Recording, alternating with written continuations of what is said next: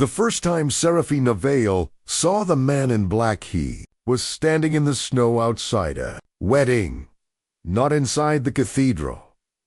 Outside, motionless, beneath falling snowflakes, while hundreds of golden lights glowed through the stained glass windows behind her. Everyone else looked warm. He looked like winter itself.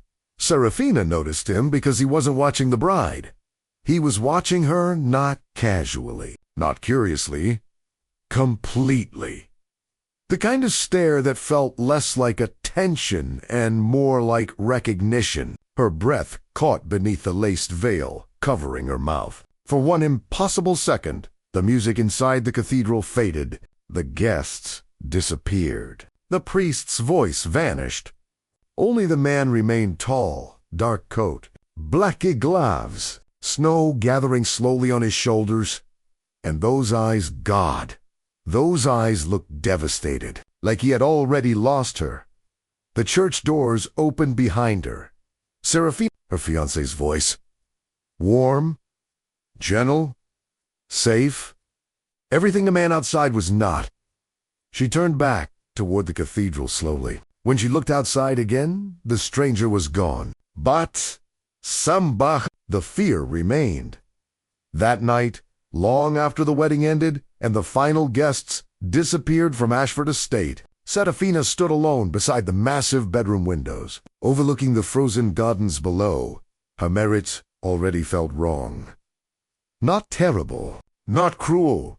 Worse, emptied out her husband, Edmund Vale, slept peacefully behind her. He was a good man by most measurements, quiet, composed, generous with money, and scarce with words. He had offered her a beautiful life with both hands, and expected nothing more complicated than her presence inside it. She had accepted because her family had asked her to, because refusing had felt selfish, because, at 24 years old, Serafina Vale had already grown, exhausted trying to explain the particular hollow ache she had carried since childhood that no comfortable life had ever managed to fill.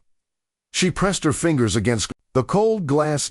Snow covered the world outside in silence. And somewhere beneath that silence, she could not stop thinking about the man in black. She told herself it was meaningless. A stranger. A trick of the light on a data weighted with emotion. She told herself this firmly. Repeatedly, and with the conviction of someone who doesn't quite believe a word they're saying. Until 3 days later, she found a photograph. It was hidden inside one of the old library books in the east wing of the estate. Serafina had not intended to find it. She had gone to the library only because the bedroom had begun to feel like a room that belonged to someone else. Furnished for a woman she was still attempting to become, she pulled books at random, running her fingers along spines the way she always did when thinking was becoming dangerous. The photograph fell from between the pages of a volume of Chekhov she had never opened. Old paper, worn edges, faded winter colors. She stared at it silently. A little girl stood beside a frozen river wrapped in a white wool coat, dark curls loose around her face, a gap-toothed grin aimed directly at the camera, with the complete, unguarded joy of a child who had not yet learned to be careful about what her face showed the world. Little girl was her. Serafina knew it immediately, not from memory, but from the photographs her mother kept in silver frames on the sitting room mantelpiece in their London house. The coat, the hair, the smile she no longer wore so freely. Beside her, in the photograph, a dark-haired teenage boy watched the camera with cold, unreadable eyes. One hand hovered protectively near the little girl's shoulder. Not touching, just present. The way someone stood when they had quietly decided that something was there, responsibility. And written across the bottom in elegant faded handwriting were 6 words that made Seraphine's blood turn cold. You promised you would return to me. She dropped the photograph. It landed face up on the library floor. She stared at it from a standing distance for a long time, her heart performing something irregular and uncomfortable inside her chest. before she slowly crouched down and picked it up again. She turned it over. No date, no name, no other writing, just those 6 words and the image of 2 children beside a frozen river that Serafina had absolutely no memory of standing beside. She looked at the boy's face. Then she looked at the man she had seen outside the cathedral dot and understood, with the quiet devastation of someone watching a floor give way beneath their feet, that they were the same person. She called her mother that same evening. Her mother, Claudette Ash, was a woman who had spent 40 years curating a version of her life that contained nothing unsightly. She answered on the 3rd ring with the tone of someone who had been expecting a pleasant call and was already adjusting her expression to receive it. Seraphine. Darling, how is married life? Mama! Serafina kept her voice steady. I need you to tell me about the years before London, when we lived on the continent. A silence. Not the silence of a woman trying to remember. The silence of a woman deciding what to say. We moved so often when you were small, her mother said carefully. It was a complicated time. Your father's business. There was a boy, Serafina said. A dark-haired boy. How dare? Dan. I have a photograph. The silence this time was longer. Heavier? Where did you find that? So her mother knew about the photograph. Serafina filed that away in a library book. At this date, she paused. His name, Mama. Her mother exhaled. The precise exhale of someone releasing something compressed for a very long time. His name was Kale. Kale? His father worked for your grandfather for a time. Pause. You were very attached to him when you were small. We were stationed at the Devereux estate in Normandy for 1 winter. You were 5. He was 15. What happened? Another silence. Serafina recognized this one. It was the silence her mother used when the truth was available but undesirable. His father was dismissed. There was a financial matter, something your grandfather handled. The family left. You were upset for a time. Her voice took on a particular smoothness. Children form attachments quickly and release them just as quickly. It was years ago. It meant nothing. He was at my wedding. Mama! The silence that followed this was of an entirely different quality. Serafina heard her mother set something down on a hard surface. A glass, perhaps, the sound of composure being physically steadied. That is not possible. He was standing outside the cathedral, in the snow. Watimi, Serafina. Why does the photograph say I made him a promise? The line went very quiet. When her mother spoke again, her voice had changed. The smoothness was gone. In its place was something Serafina had almost never heard from her, something that sounded unmistakably like fear. Do not go looking for him, her mother said quietly. Do you understand me? Leave this alone. The line went dead. Serafina sat very still in the library of Ashford Estate, holding a dead phone and a 20-year-old photograph, while snow fell outside the tall windows in absolute silence. Her mother was afraid. That was the thing that wouldn't leave her. Not surprised. Not confused. Afraid. Which meant there was something to be afraid of. Which meant, whether Claudette Ashford intended it or not, she had just confirmed that every word of it was real. He appeared again on a Tuesday.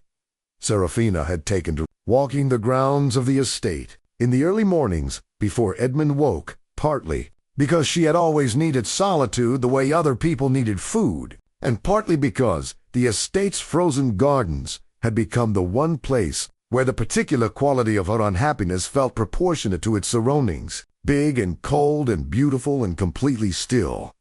She saw him at the far edge of the grounds, near the iron gate that separated the estate from the forest, road beyond. He wasn't hiding. That was the first thing she registered. He stood in full view, dark coat against the white tree line, watching her approach with the stillness of a man who had decided that whatever happened next, he would not run from it. Serafina stopped walking when she was 20 feet from the gate. They looked at each other through the iron bars. Up close, in daylight. It was harder to process than he had been in the snow at the cathedral. The boy in the photograph had been angular and unreadable. The man he had become was something more than that. There was a controlled quality to him that went beyond composure, the deliberate stillness of someone who had learned, at significant cost, exactly what happened when they stopped maintaining it. Dark eyes, a jaw like something carved, blacky gloves, snow on the shoulders of his coat. "You left the photograph," Serafina said. Her voice came out steadier than she. "Felt? Yes. Inside a book you had no reason to. Touch? I had every reason." His voice was low, precise, voice of someone who said exactly what they meant and had long since stopped apologizing for it. "That library belonged to my family before it belonged to yours." Serafina went still. The estate, Ashford Estate, Edmund's family estate, which Edmund had inherited from which had belonged. She was only now tracing this properly, only now following the line backward to where it began. "The Devereux estate," she said slowly. Something moved behind his eyes. Not surprise. Recognition? The look of a man watching someone arrive at a conclusion he has been waiting 2 decades for them to reach. "My grandfather's estate," he said, "until your grandfather took it." The words dropped into the silence between them like stones into still water. Serafina stared at him. "What do you mean, took it?"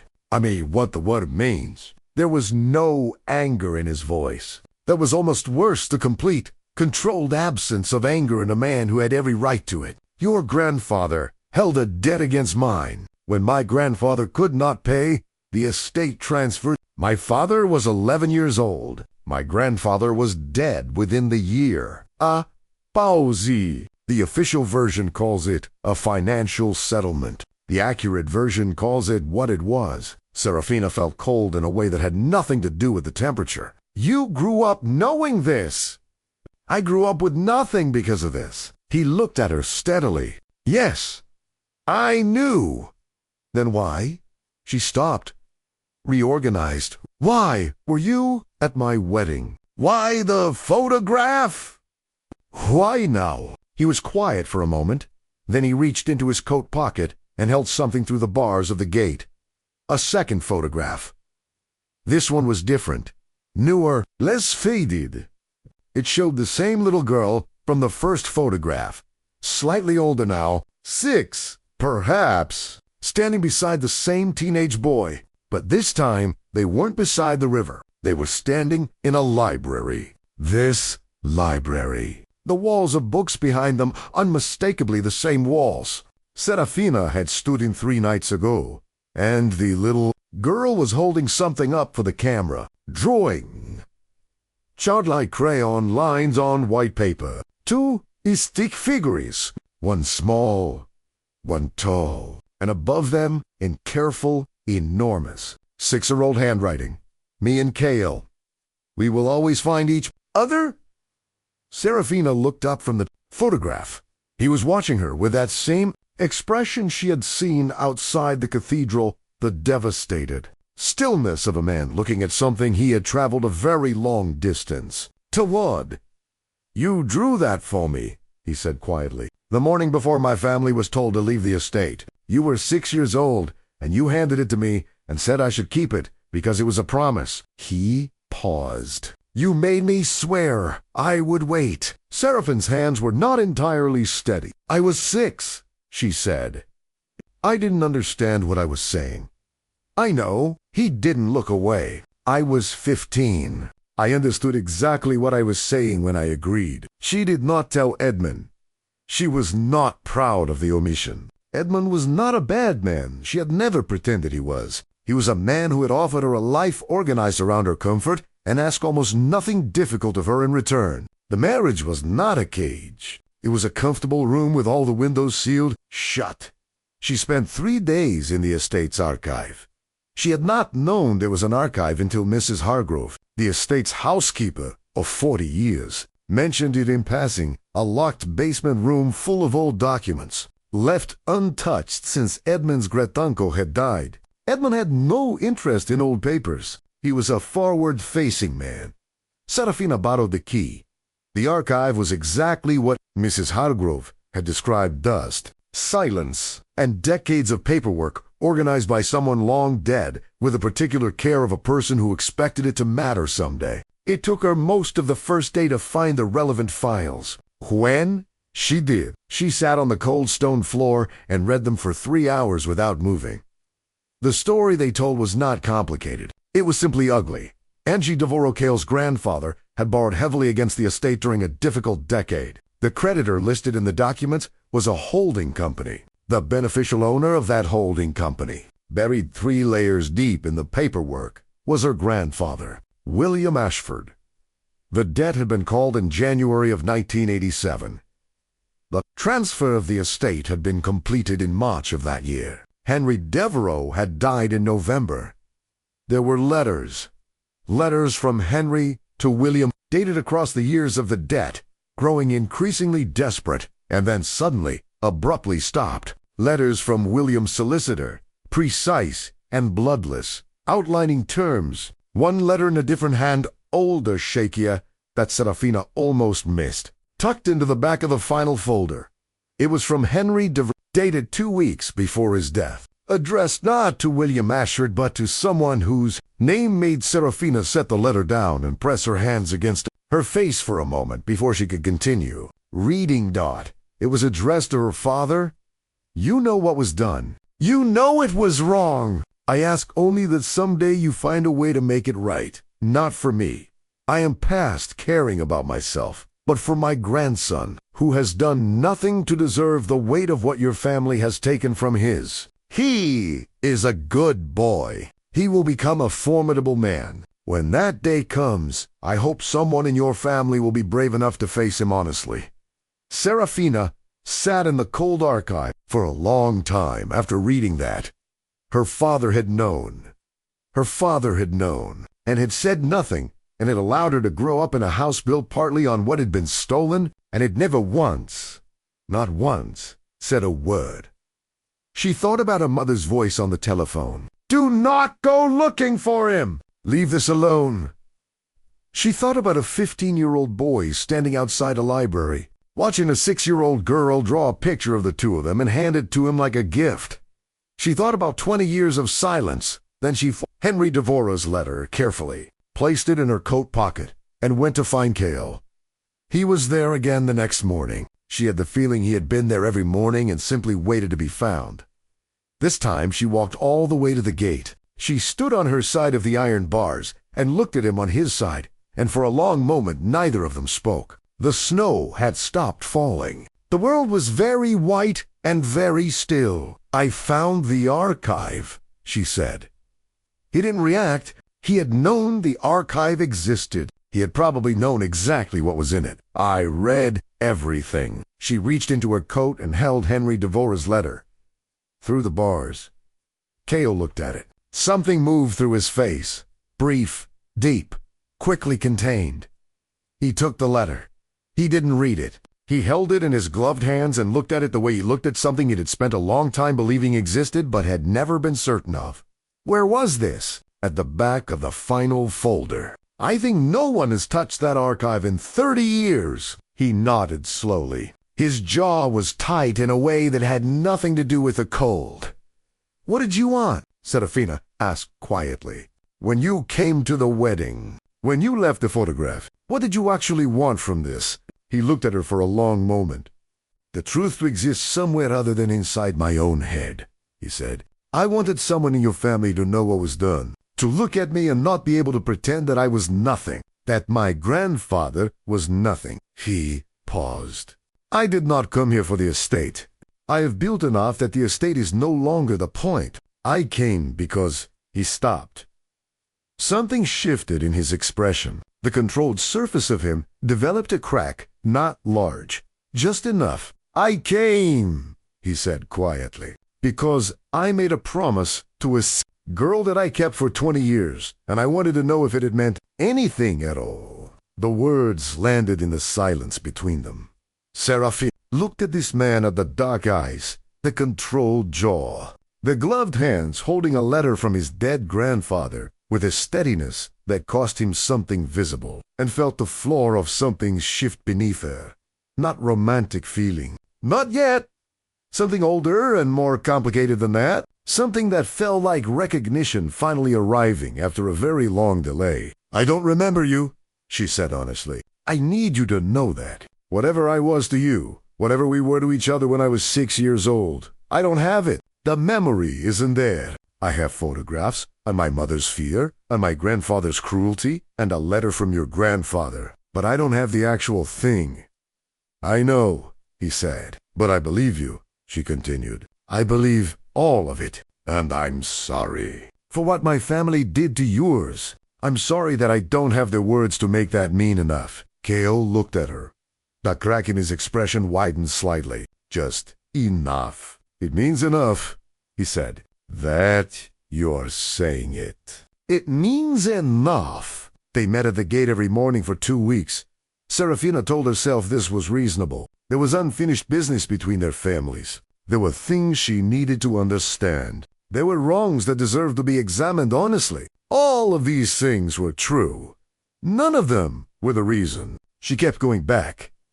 The reason she kept going back was that Cale Devora was the only person in her current life who talked to her as though she were a complete person and not a pleasant arrangement.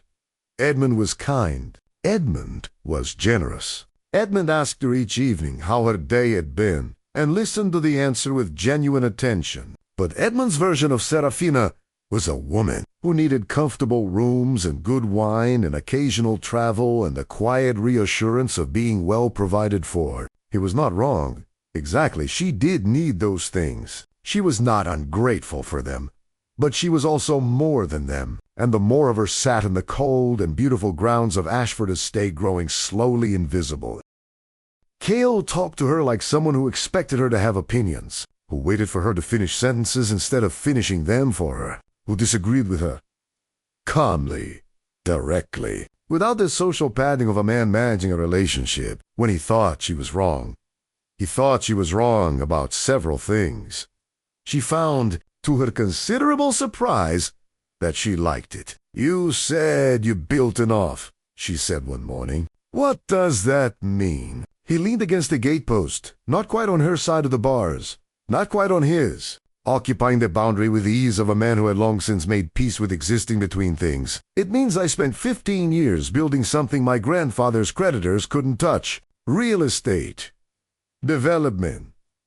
A holding company. A Bowsy. I used your grandfather's playbook. Actually, it seemed appropriate." There was something in the way he said it, dry, almost amused, the closest thing to humor she had seen from him, that made her want to smile despite herself. "He would have hated that," she said. "I know." He looked at her sideways. It was intentional. She did smile then. She couldn't help it. He looked at her when she smiled as if he was filing something away. Not intrusively, just carefully. The way you looked at something you had waited a long time to see in person and wanted to remember accurately. "Stop that," she said. "Stop what?" "Looking at me like that." He didn't pretend not to know what she meant. That was one of the things about him. He didn't pretend. "I spent 20 years constructing a version of you in my memory," he said. "A 6-year-old girl who showed up at my door with food wrapped in napkins and informed me I was her best friend. I kept her very carefully." He looked at her steadily. "You are different from what I imagined." "I'm still adjusting." Serafina felt something warm and dangerous move through her chest. "Different how?" she asked, and immediately wished she hadn't. He considered this with genuine seriousness. "More," he said finally. "Just more of everything." She went home that morning and stood in her kitchen and pressed both hands against the counter and told herself very firmly that she was a married woman and that whatever was happening at the gate every morning needed to stop. She went back the next morning. Edmund found the photographs on a Wednesday night. The originals, those kept in her coat pocket with Henry Devoreau's letter. Close to her body, with the instinct of someone protecting things they don't fully understand yet but know. to be important, but she had made copies, for reasons she told herself were archival and practical, and Edmund found the copies in the drawer of her writing desk while looking for a pen. He was sitting in the study when she came in from her morning walk. He had the copies laid out on the desk in front of him, arranged with the particular neatness of a man who had been looking at them for some time and had organized his response. She knew immediately there was a quality to Edmund's stillness that was different from Cale's stillness. Edmund was still in the way of a man who had decided on his next sentence and was waiting for the appropriate moment to deliver it. Cale was still in the way of a man who had made peace with silence and didn't require anything from it. "I know who he is," Edmund said. Serafina sat down across from him. "Then you know more than you told me before we married," she said. A pause. "Your mother told me there was a man who might attempt to contact you, that he had grievances against your family, that I should be aware." He looked at her calmly. "I was told it was a business matter, an old complication." "It was theft," Serafina said. "Your family's theft, Edmund. This estate belonged to his grandfather before my grandfather took it." Edmund absorbed this without visible disturbance. He was not a man who disturbance reached. If that is true, it is. "I read the documents in your archive, the one you have never opened."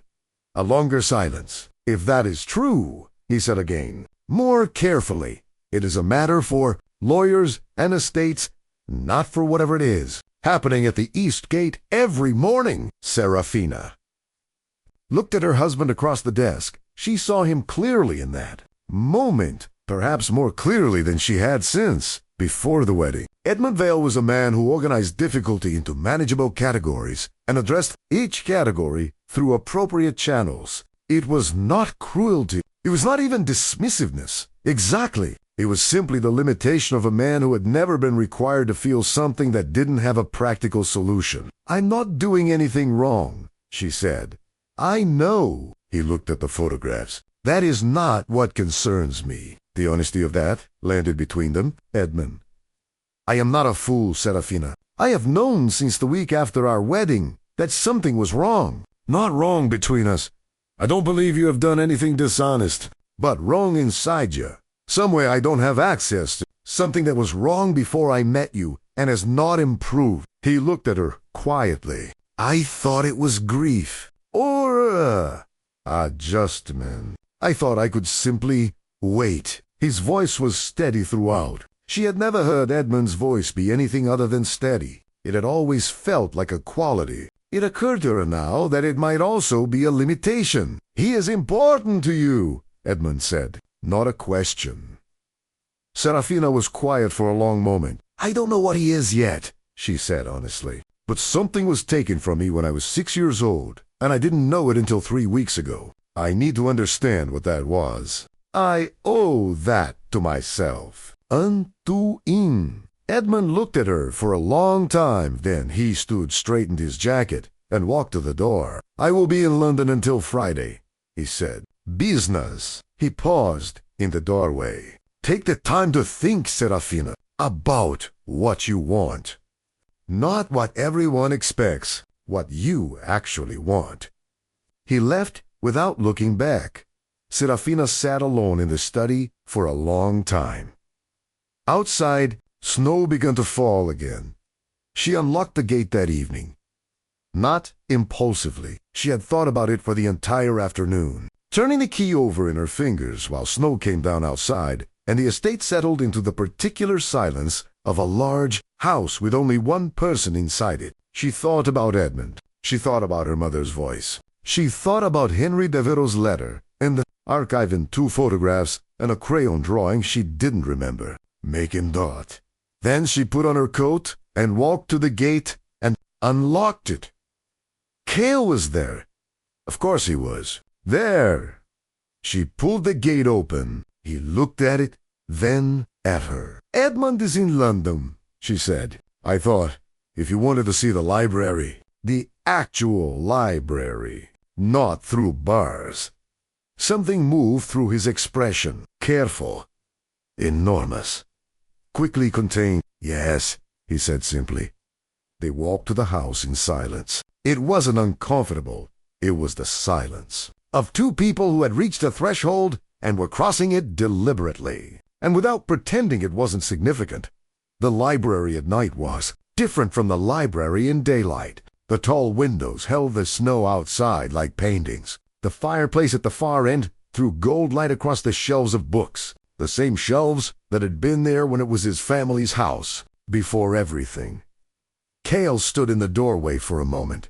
Serafina watched him look at the room. Not the room it was now, but the room it had been. She could see him doing it, the way he moved his eyes across the shelves, as if reading something invisible. "My grandfather read here every evening," he said. "He had a chair near that window. It's gone now.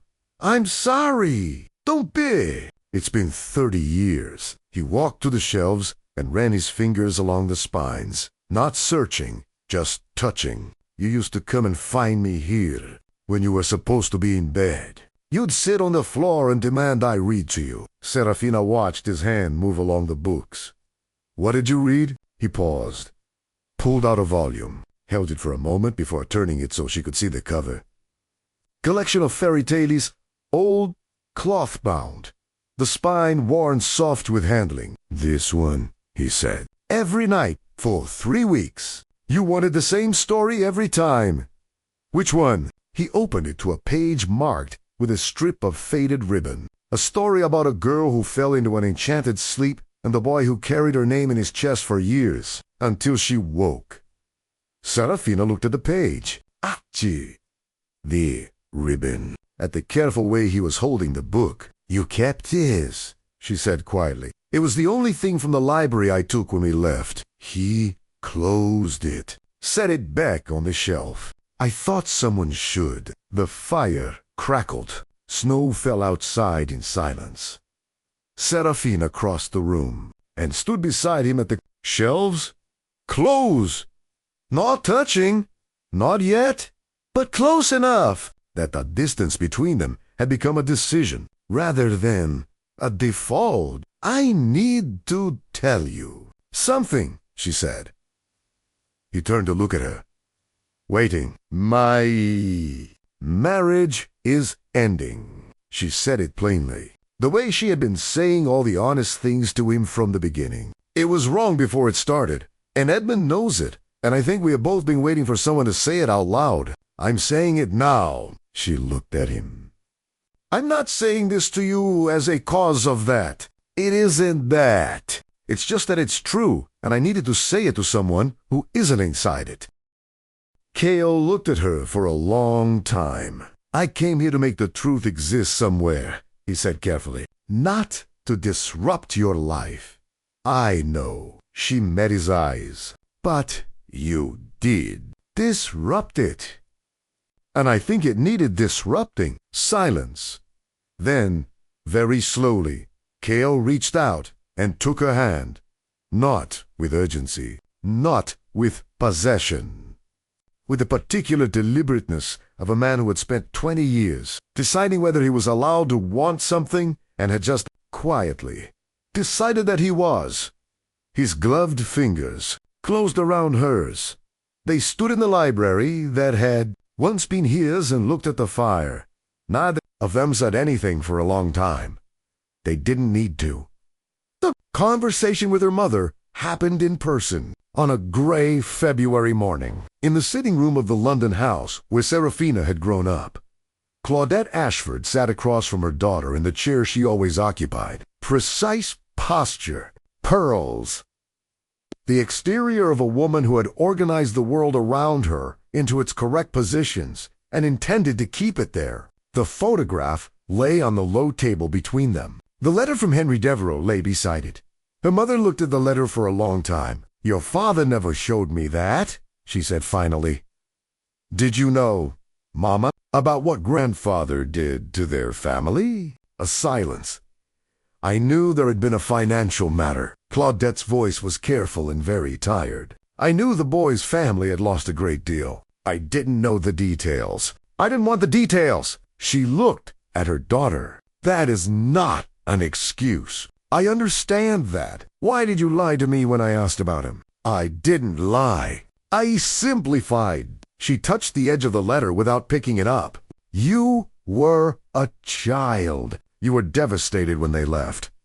For months, you asked for him. After a while, your father and I decided it was kinder to let it become something you couldn't fully remember. A palsy. We told you it was nothing important. Over and over. Until you stopped asking.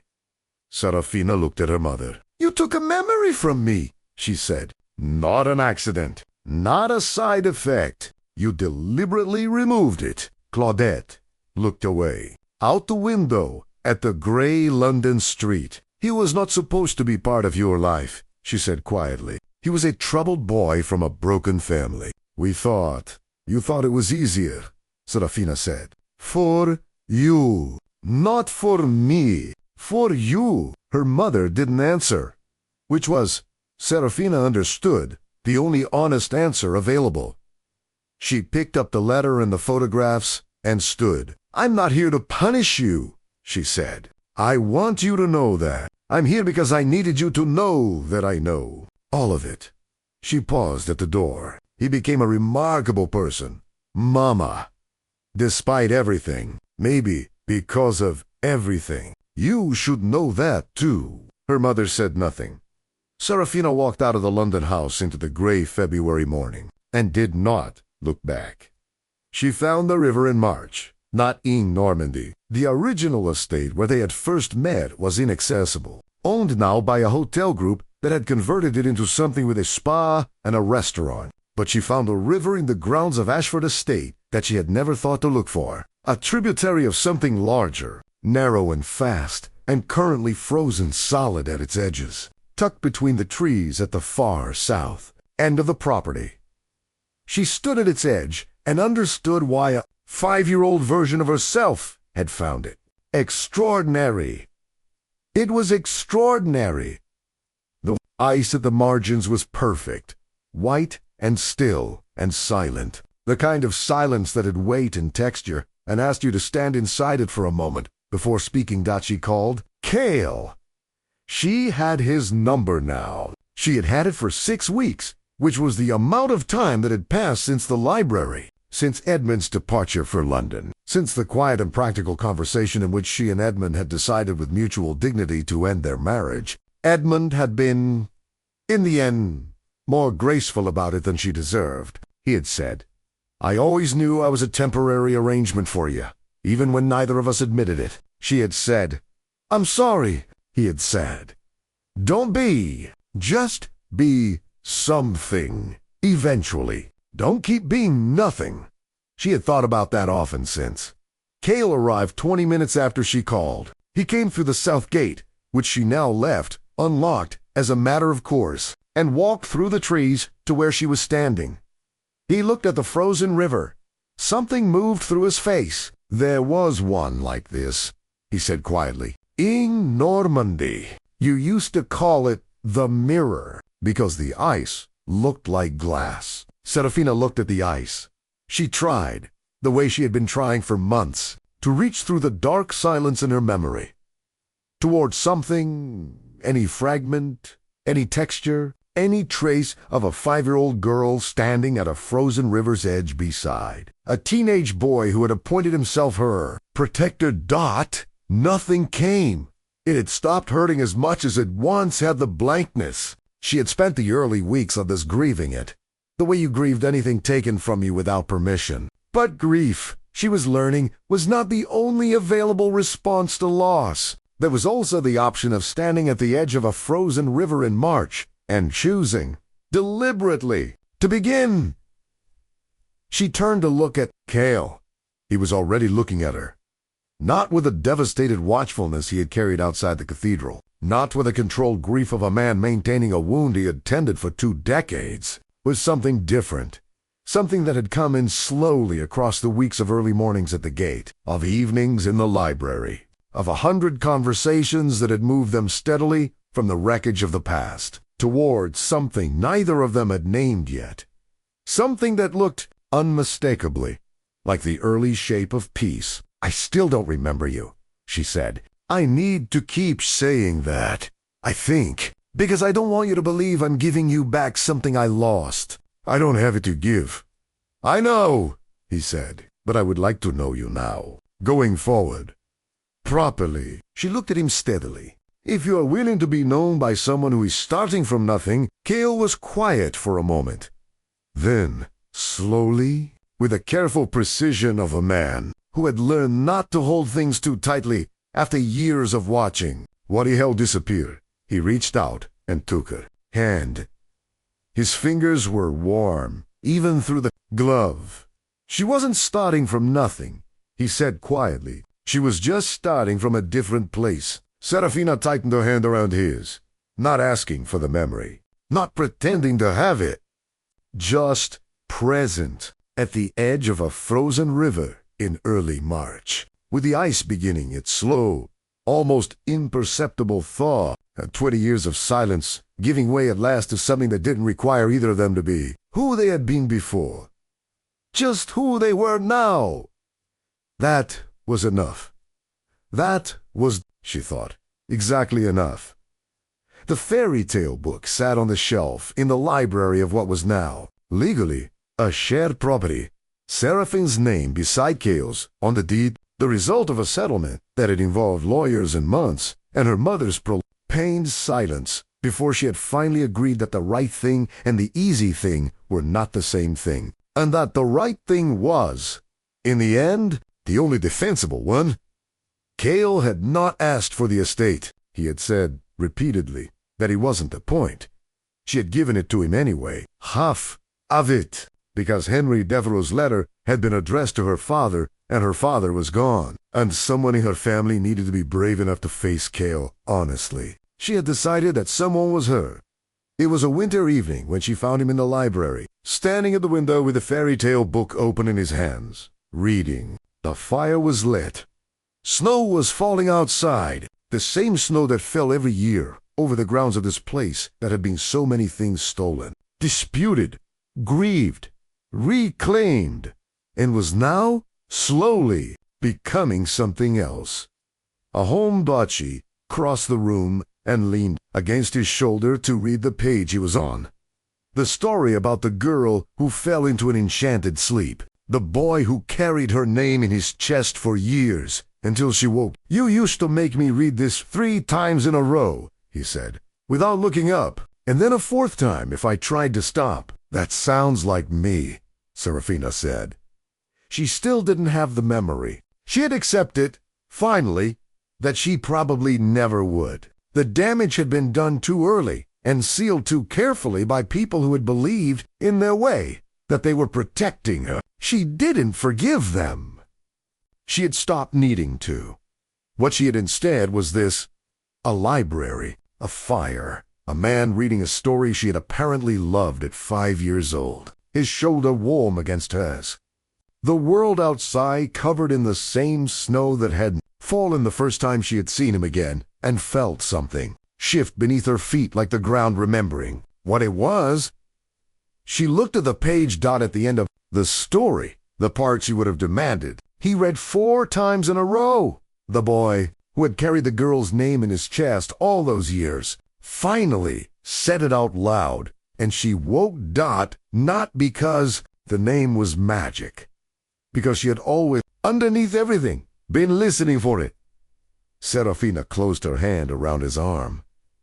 Outside, snow fell over the frozen grounds of the Devereux estate. The ice on the river was beginning, slowly, to thaw.